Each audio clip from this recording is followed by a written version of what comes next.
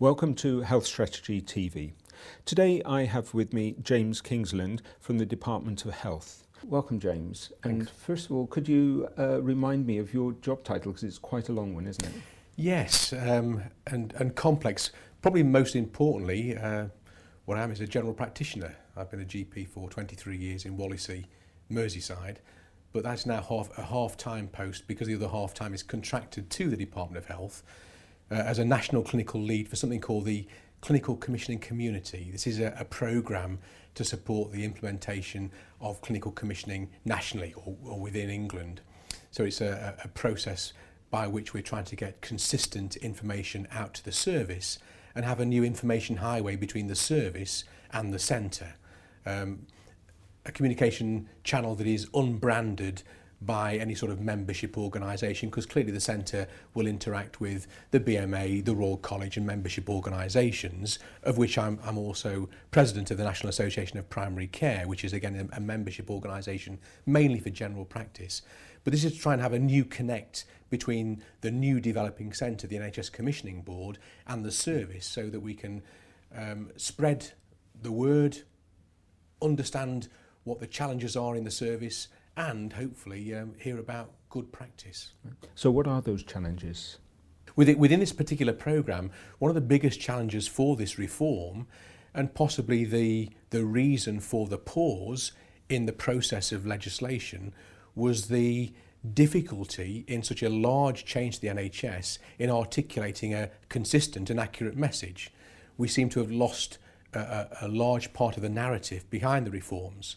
So when the white paper was produced that had a lot of wow factors and interest, putting that white paper or what needed to go into legislation created some misunderstandings, misinformation. And part of the programme that I've been trying to lead and develop is to have more consistency, a consistent narrative, particularly for how it affects primary care, specifically within general practice, and the development of clinical commissioning groups to affect the reform of care that is expected from this legislation. Apart from GPs, who else will be on clinical commissioning groups? On the groups or the governing body, I think we've got to recognise that a CCG, a clinical commissioning group, is a membership organisation, and the members are the constituent general practices. That defines the registered population which the CCG will be responsible for, but it also needs to define a geography for patients who are unregistered or do not access general practice or are difficult to reach. So that defines the population that's served, but clearly assessing the need of that population, there are lots of other healthcare professionals who themselves are a resource, who understand the need and commit resources. So there's the three other primary care contractors: pharmacy, optometry and dentistry. There's 12 different disciplines that make up the AHPs, the allied healthcare professionals, and the community services, the nursing community, which covers a whole range of disciplines, all need to be involved.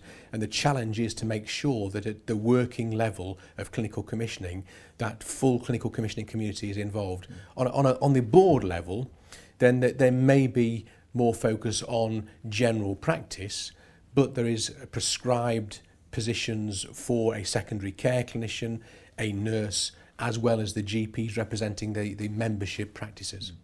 Are you not concerned, though, that all these administrative responsibilities and being involved in structures and governance will detract from the key reason that you're in your own business, i.e. delivering care to patients? I hope not, and don't expect, because it is a smaller number who are going to be involved at a day-to-day level at the governing body. It's the clinical community who are doing it anyway. They are commissioning, whether it's more or less just bringing it to the consciousness.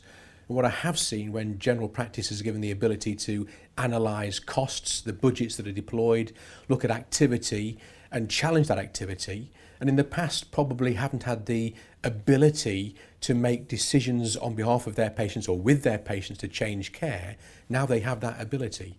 And that is stimulating a lot more interest, so that at a single practice level, affecting a care pathway, importing their knowledge into large service redesign is really exciting for not just general practice, the wider clinical commissioning community. You're here at the Healthcare Strategy Forum, the Spring Healthcare Strategy Forum.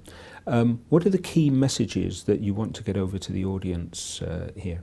Covering what we've already discussed, but some aspects of really understanding why we needed primary legislation, because it's still a debate that goes on. We could have done it anyway, and I think it's missing part of the point of changing accountability, changing legislation for outcomes.